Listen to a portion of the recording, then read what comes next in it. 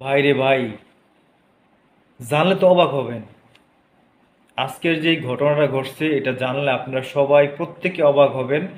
এবং এই বিশেষ করে এই ভিডিওটা কিন্তু প্রবাসী ভাইদের জন্য খুবই খুবই ইম্পর্টেন্ট। আজকের এই ভিডিওটা হতে যাচ্ছে। তো এখন রাত্র বাজে 1:30টার মতো, আমি ভিডিওটা বানাইতেছি এই সময়। তো আমি কালকে এটা পাবলিশ করব। তো যে বিষয়টা নিয়ে আমার কথা, যারা প্রবাসী ভাইরা বাংলাদেশে যাচ্ছেন তারা খুবই সাবধানে থাকবেন এবং আহ, যেইগুলো বলবো কথাগুলা মনোযোগ দিয়ে শুনবেন।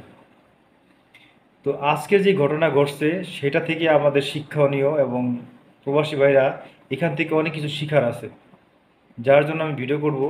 সেটা হচ্ছে এক ভাই, সে বাংলাদেশে গেছে, যাওয়ার পরে ওই ভাইটা এয়ারপোর্টে ল্যান্ড করছে। ল্যান্ড করার পরে সে তার পরিবারে ফোন করব, কিন্তু তার মোবাইলে চার্জ ছিল না, যার ফলে অন্য কারোর সহায়তার খুব প্রয়োজন ছিল। সে অন্যের মোবাইল দিয়ে তার ফ্যামিলিকে মানে কল করে। কল করে তাকে বলে যে আমি সহি সালামতি এয়ারপোর্টে আসছি, কোনো সমস্যা নেই আমার, আমি এখানে আসতে পারছি।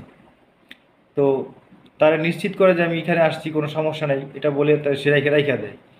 রাইখা দেওয়ার ফলে কি করে, সে যখন এখান থেকে অন্য কোথাও চলে যায়, ওই যার ফোনটা দিয়ে কল করছে সে কিন্তু একটা প্রতারক চক্র।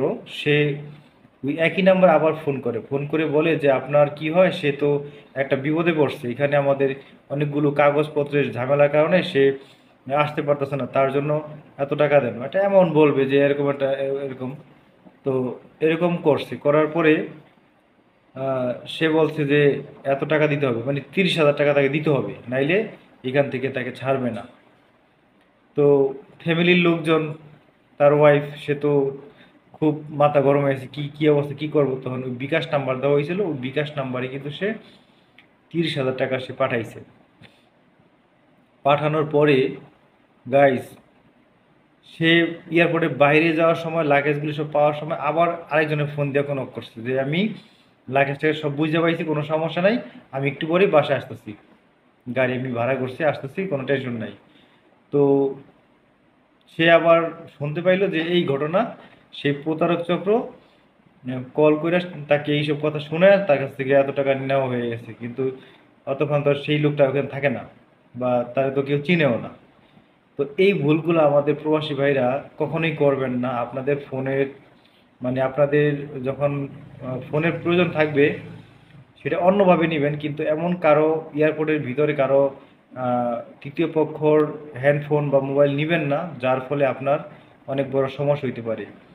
তো আমি যা বলছি বুঝতে পারছেন কি আমি জানি না, তো আমি চেষ্টা করছি বোঝানোর জন্য। আপনারা বাকিটা বুঝে নেবেন। এয়ারপোর্টে যাওয়ার পরে অন্য কারো মোবাইল দিয়ে কখনোই ফ্যামিলিকে নক করবেন না, কল করবেন না।